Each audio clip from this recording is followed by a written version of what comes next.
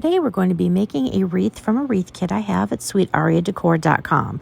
This particular one is a fall wreath. However, you can use this for any type of pancake wreath kit that I have on my site.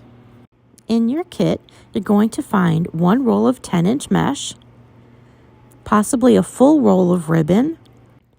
If the ribbon came from a 50-yard spool, I will have measured that out already to a 14-inch length and wrapped that around there, so all you have to do is cut on the ends. And then there will also be enough ribbon for you to make a bow later on in this project. And all three ribbons are the ones we use in the kit. And then you're going to find 13 chenille stems. Okay, they're pipe cleaners, let's not be fancy. Then there will be a sign. And then the bottom of the box, you will find your wreath frame. And these are all the supplies you will need that came in the kit. You can also gather these supplies on your own in order to make this thin wreath. There are 6 spines on this 4-ring wreath frame. We're going to take a pipe cleaner, and in each of the spines, we're going to insert it from the second ring. We're going to wrap the back of that up over the top first ring. Bring it down again through the second ring, back up through the top, so it's kind of nice and tight. We're going to pull it, and then we're going to twist that together, nice and tight. There we go, twisting that. And this is what is going to be holding our mesh onto the wreath frame. And we are going to continue to do that for the remaining 5 spines on the inside of the wreath. And for the outside of the wreath, we're going to put the pipe cleaner between the 2 spines. So you'll see I put it right there in the center. So we're going to wrap that. We're going to bring it up through the 3rd ring, down over the 4th ring, back through the 3rd.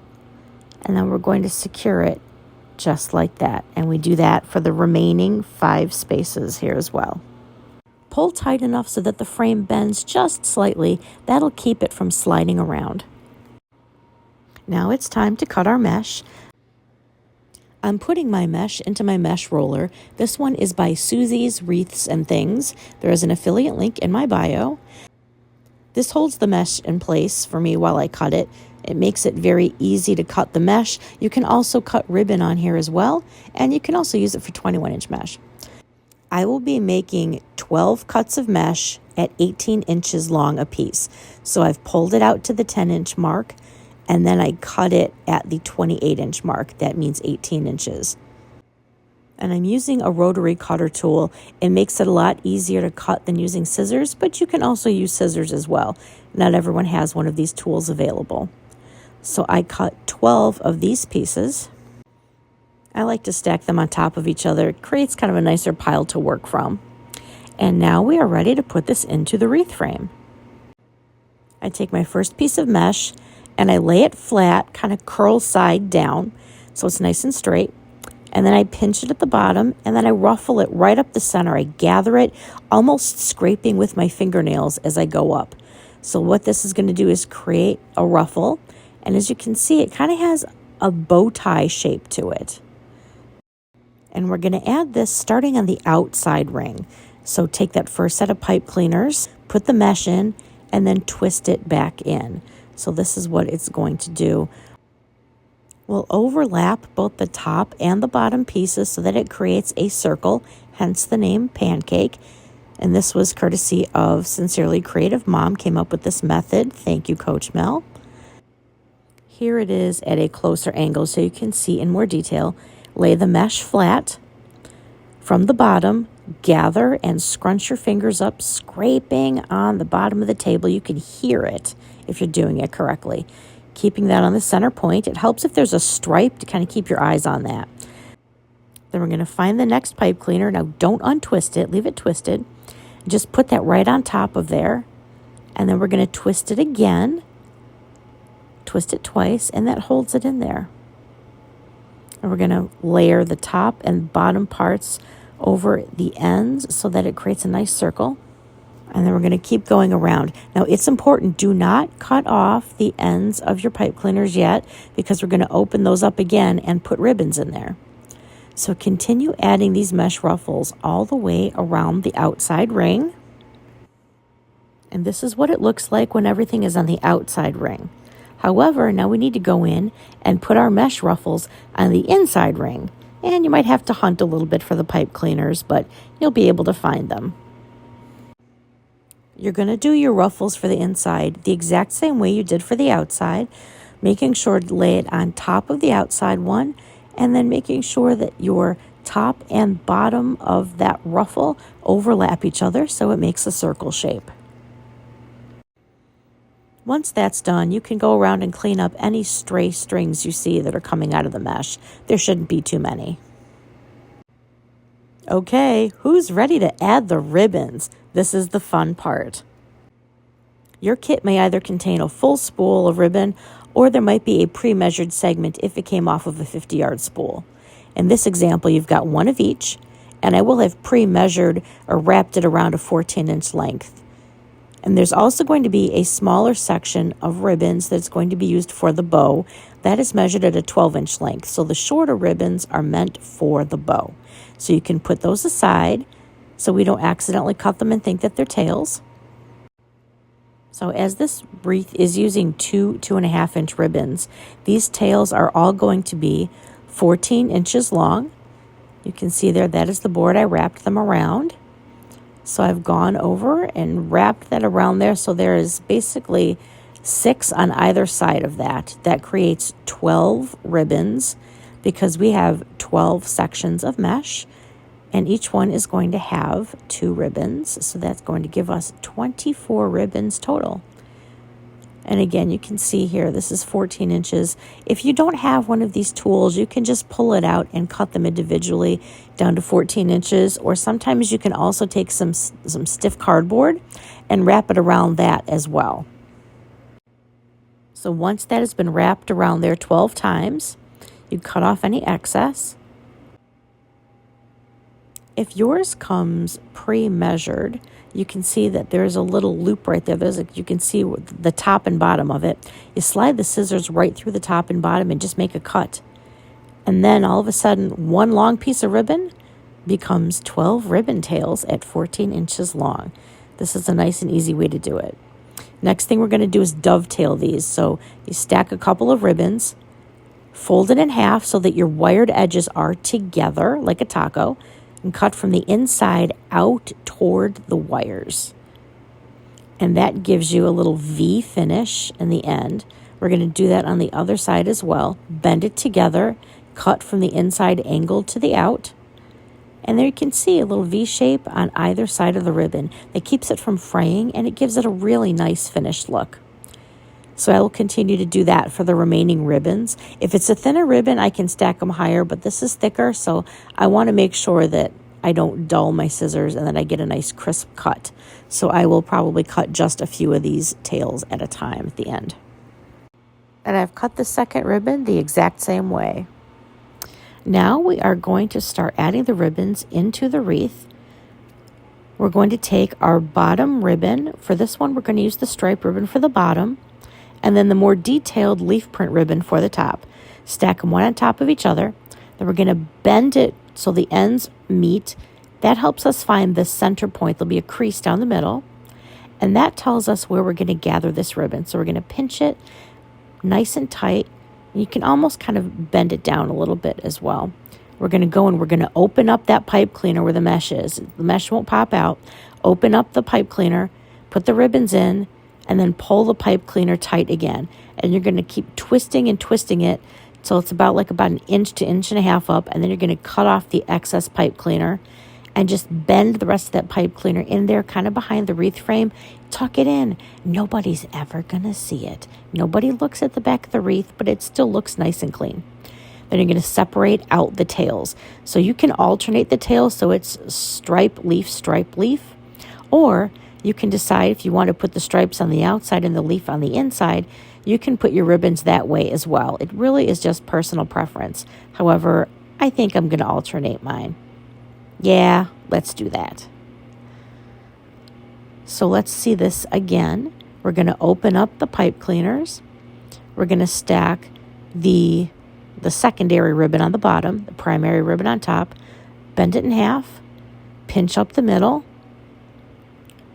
put it in the pipe cleaner, twist that pipe cleaner again, and then we're going to cut off the excess, snip it off, and then tuck that right behind the wreath frame.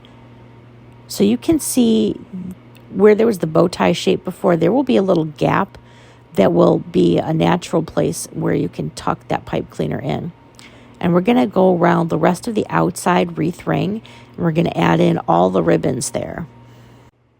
So now that we did the outside, it's time to do the inside. All right, let's do this 6 more times. The process is exactly the same as it was before.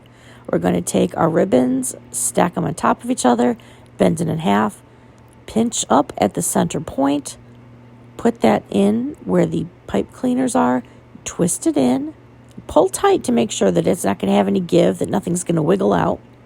Wrap it around about 1.5 inches, snip off the remainder, push that pipe cleaner kind of through the natural gap in the mesh, and then push it behind there and you won't even see it.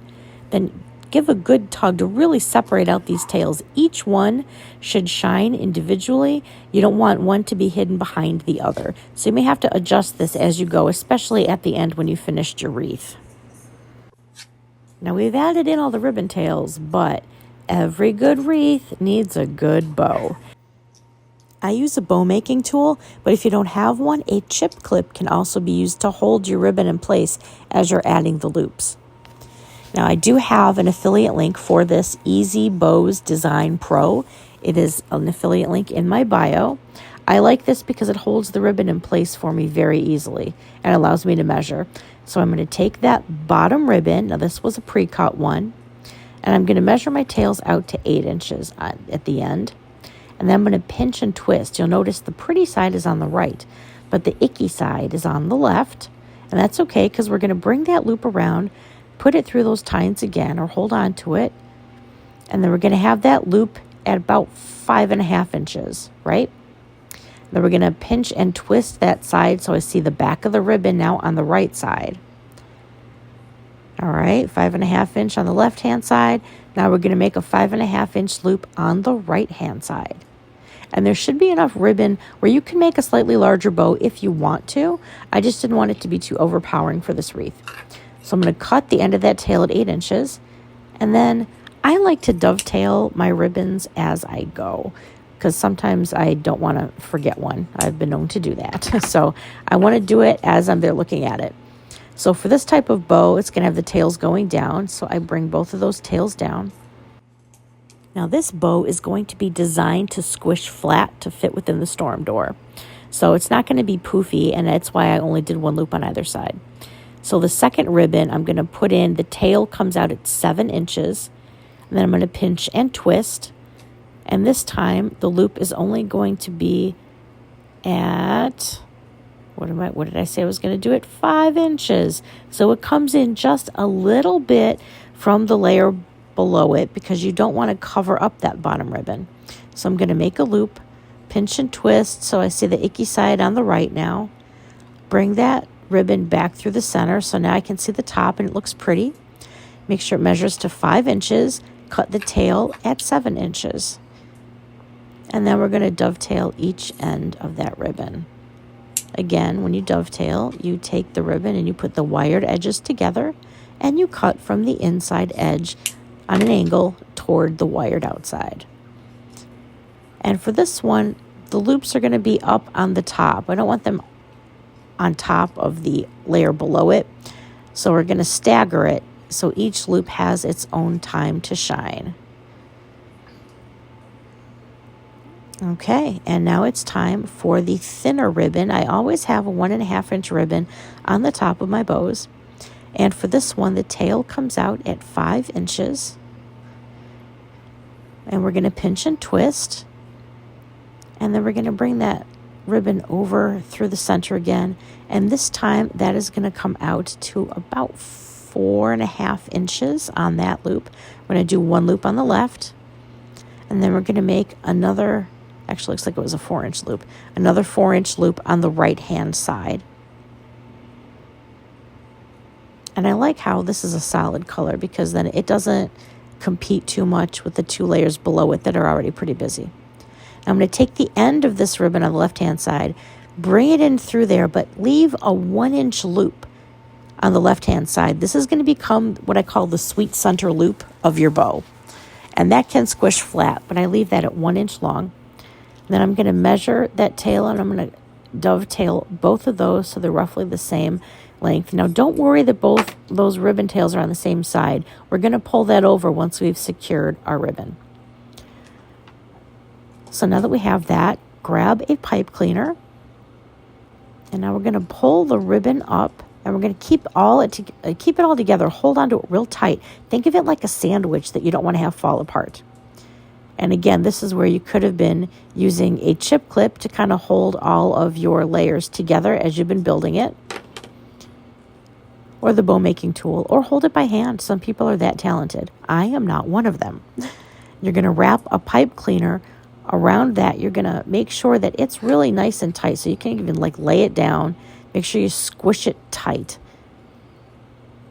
so none of those loops are going to slide. And then you twist it around once or twice, give it a good tug. And for the most part, the loops will kind of stay where you originally put them, but you can also adjust that once we have secured this onto the wreath.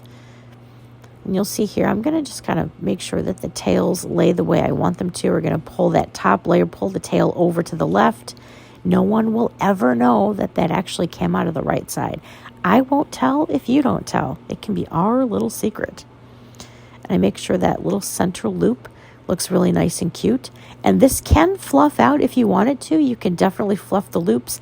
I just keep them a little flatter for my clients that have the glass storm doors.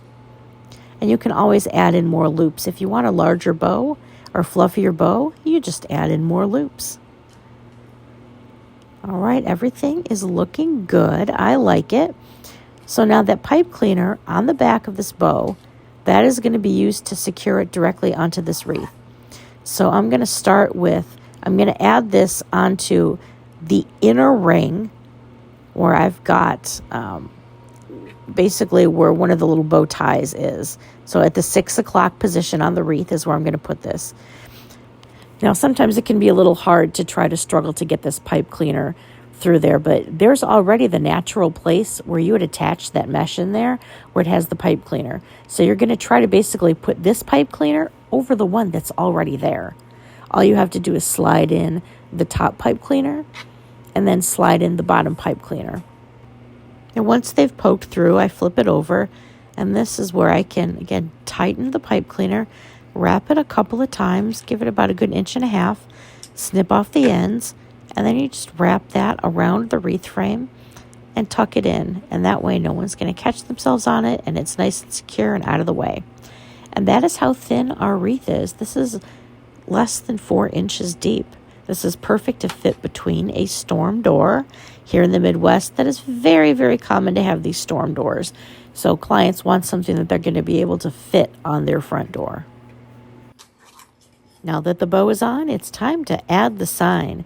In the wreath kit, I will have already put the pipe cleaners stapled onto the back of the sign, but I wanted to show you how I did it. So the sign is going to go above the bow, and it's going to go basically, if you imagine it like a clock, the sign is going to hit the 9 and 11 o'clock positions on the left and the 2 and 4 o'clock positions on the right. That gives us just a nice bit of room above the bow, and it's also going to hide where the pipe cleaners are attaching the ribbons and the mesh. So some signs come with a little piece of string or rope attached. I cut that off. You don't want to use that string to secure it to the wreath because that makes it unstable, and you can also see it. So if I try to staple something to this, though, my staples are going to come through the front of the sign. So I need to build up the back of the sign. So you see there's my staple gun. And I have the cardboard tube that came from the mesh.